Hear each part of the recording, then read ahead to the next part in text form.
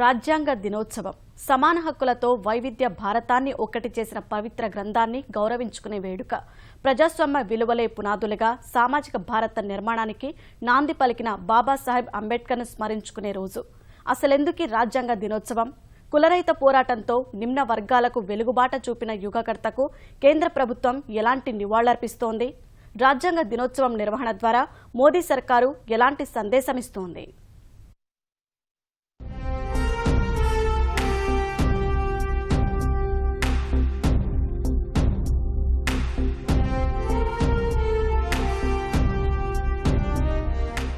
రాజ్యాంగం స్వతంత్ర భారతాన్ని గణతంత్ర సర్వసత్తాక రాజ్యంగా మార్చి దేశంలోని ప్రతి ఒక్కరికి సమాన హక్కులు కల్పించిన పవిత్ర గ్రంథం. పాలకులకు దిక్సూచిలా పనిచేస్తూ వైవిధ్య భారతాన్ని దశాబ్దాలుగా ఒక్కటిగా ఉంచుతున్న శక్తి. అంతటి మహాగ్రంథాన్ని గౌరవించుకొని రాజ్యాంగ నిర్మాత బాబాసాహెబ్ అంబేద్కర్ మిగిల్చి వెళ్లిన ప్రజాస్వామ్య స్ఫూర్తిని ప్రజల్లో నింపేందుకు ఎన్డీఏ ప్రభుత్వం బృహత్తర యజ్ఞం నిర్వహిస్తోంది. ప్రతి ఏటా నవంబర్ 26ను రాజ్యాంగ దినోత్సవంగా నిర్వహిస్తోంది.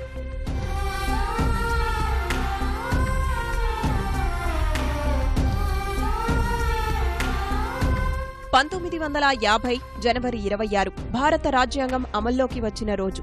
ఆ రోజును ఏటా గణతంత్ర దినోత్సవంగా జరుపుకుంటున్నా రాజ్యాంగ నిర్మాతకు సముచిత గౌరవం దక్కలేదన్నది ఎన్డీఏ ప్రభుత్వ అభిప్రాయం. అందుకే 1949లో రాజ్యాంగానికి ఆమోదం లభించిన రోజును పండుగగా నిర్వహించాలని నిర్ణయించింది. बाबा साहब न सिर्फ भारत के विश्व के दलित पीड़ित शोषित वंचितों की प्रेरणा का नाम बाबा साहब अम्बेडकर है। दुनिया मार्टिन लूथर किंग को तो जानती है, लेकिन दुनिया बाबा साहब अम्बेडकर को नहीं जानती है। ये हमारा दुर्भाग्य है। कभी कभी मेरे मन में विचार आता है, क्या बाबा साहब अम्बेडकर न होते तो मोदी कहां होता? हम जैसे सामान्य लोगों को कौन पूछता? ये बाबा साहब अम्बेडकर हैं, जिसके कारण ये बातें संभव हुई है। और इसलिए मैं कहता हूं, जो कर रहे हैं सिर्फ कर्ज चुकाने का एक प्रामाणिक प्रयास कर रहे हैं. గతేడాది బాబాసాహెబ్ అంబేద్కర్ 125వ జయంతి ఉత్సవాల్ని జరిపిన ఎన్డీఏ ప్రభుత్వం తొలి రాజ్యాంగ దినోత్సవాన్ని చరిత్రలో నిలిచిపోయేలా నిర్వహించింది. పార్లమెంటు శీతాకాల సమావేశాల తొలి 2 రోజులు ఉభయ సభల సంయుక్త సమావేశాలు ఏర్పాటు చేసి రాజ్యాంగం సహా అంబేద్కర్ ప్రబోధించిన సిద్ధాంతాలపై విస్తృతంగా చర్చించింది. రాజ్యాంగం ఆమోదం పొందిన రోజును గుర్తు చేసుకునేందుకు పార్లమెంటు ఉభయ సభల సంయుక్త సమావేశం ఏర్పాటు చేయడం చరిత్రలో అదే తొలిసారి. స్వచ్ఛ భారత్ ను ప్రజా ఉద్యమంలా మార్చి పరిశుభ్రతపై ప్రజల్లో విస్తృత అవగాహన తీసుకొచ్చిన కేంద్ర ప్రభుత్వం రాజ్యాంగ విషయంలోనూ అదే వ్యూహం అమలు చేస్తోంది. ప్రభుత్వ ఉద్యోగులు, పాఠశాల విద్యార్థులంతా రాజ్యాంగ పీఠికను చదవాలని నిర్దేశించింది.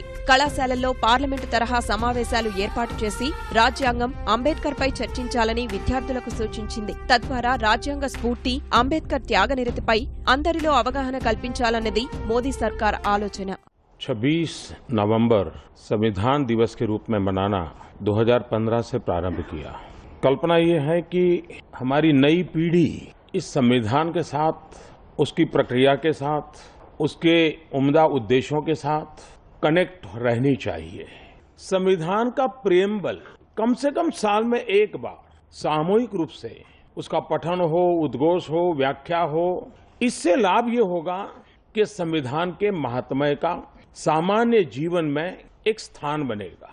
అంబేద్కర్ సిద్ధాంతాలకు విస్తృత ప్రాచుర్యం కల్పిస్తూ ఆయన జీవితం ఎంతో మంది యువతకు ఆదర్శప్రాయమని చాటి చెప్పేందుకు మోదీ ప్రభుత్వం చేస్తున్న ప్రయత్నాల్లో రాజ్యాంగ దినోత్సవం ఓ భాగం మాత్రమే. అంబేద్కర్ స్ఫూర్తిని విశ్వవ్యాప్తం చేసేందుకు కేంద్రం ఇప్పటికే అనేక చర్యలు ప్రారంభించింది. ముంబైలో 400 కోట్ల రూపాయలతో స్మారక చిహ్నం నిర్మాణానికి శ్రీకారం చుట్టింది. 1921-22 మధ్య లండన్లో అంబేద్కర్ నివసించిన ఇంటిని ప్రదర్శనాలయంగా మార్చింది. మరో 3 స్మారక కేంద్రాల్ని నిర్మించాలని తలపెట్టిన ఎన్డీఏ ప్రభుత్వం పంచతీర్థాలతో అంబేద్కర్కు ఘన నివాళి అర్పించేందుకు ప్రయత్నిస్తోంది. जब जब हम संविधान का स्मरण करते हैं, हमें डॉक्टर बाबा साहब आम्बेडकर का पुण्य स्मरण साथ साथ याद आता है. संविधान यानी बाबा साहब यानी संविधान. ऐसी जीवन की सिद्धि किसी भी व्यक्ति के जीवन में असंभव है जो बाबा साहब आम्बेडकर के जीवन में हम आज अनुभव कर रहे हैं. बाबा साहब ने नहीं कहा था, उनके कालखंड में शायद किसी ने उतना रिकॉग्नाइज भी नहीं किया होगा, लेकिन जैसे समय बीतता गया हम सबको लग रहा है कि कितना महान काम हम लोगों के लिए हुआ है.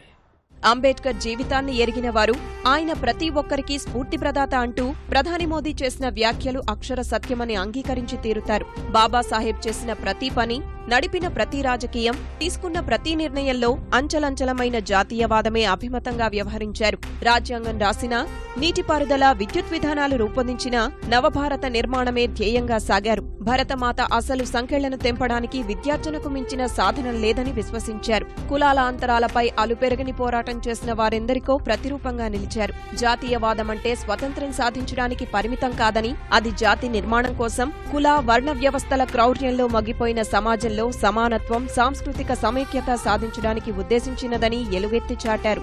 ఆ కఠోర పరిశ్రమ, నిరంతరమైన పఠన వ్యాసంగం, అంచలంచలమైన దీక్ష బాబాసాహెబ్ను ప్రపంచంలో ప్రథమ శ్రేణిలో నిలబెట్టాయి.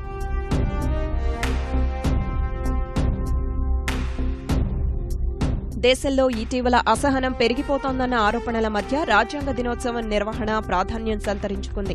అంబేద్కర్ సిద్ధాంతాలకు విస్తృత ప్రాచుర్యం కల్పించడానికి తోడు మరోమారు ఐక్యతామంత్రం జపించి రాజ్యాంగ విలువలకు ప్రభుత్వం కట్టుబడి ఉందన్న సందేశమిచ్చేందుకు నవంబర్ 26 వేడుకల్ని మోదీ సర్కార్ సద్వినియోగం చేసుకోవాలని భావిస్తోంది.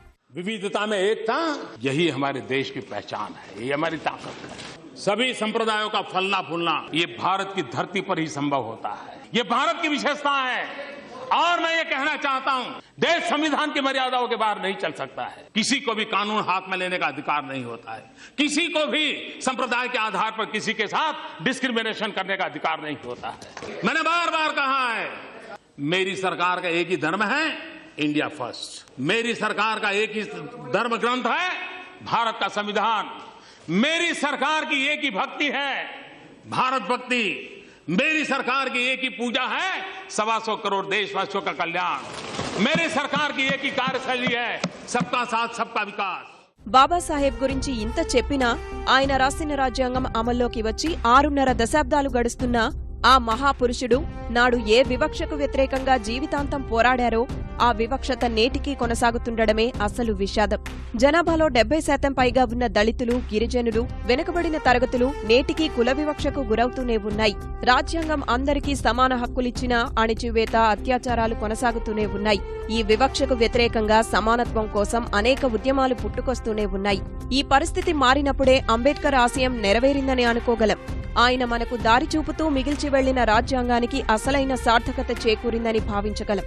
అదే అంబేద్కర్కు మనం అర్పించే నిజమైన నివాళి. समय ऐसा बदला है कि संविधान में से हर कोई अपने अधिकार ढूंढता रहता है और बड़े चतुर लोग संविधान को ही आधार बना करके अधिकार का दुरुपयोग करने की हद तक की कभी कभी सीमाएं लांघ देते हैं. इससे एक एनार्की पैदा होती है. और बाबा Saheb Ambedkar grammar of anarchy की बात करते थे. ये हम सबका दायित्व होता है. नागरिक हो, शासन व्यवस्था हो, सरकार हो, शासन व्यवस्था के भिन्न भिन्न अंग हो, हरेक के बीच तालमेल बिठाने का सबसे बड़ा अगर फोर्स है तो हमारा संविधान है. लुब्रिकेशन करने की ताकत भी है तो संविधान में है, रक्षा करने की ताकत है तो भी संविधान में है. और इसलिए इन संविधान के आत्मा के साथ हमारा जुड़ना बहुत जरूरी है. सिर्फ धाराओं के साथ जुड़ने से बात चलती नहीं है.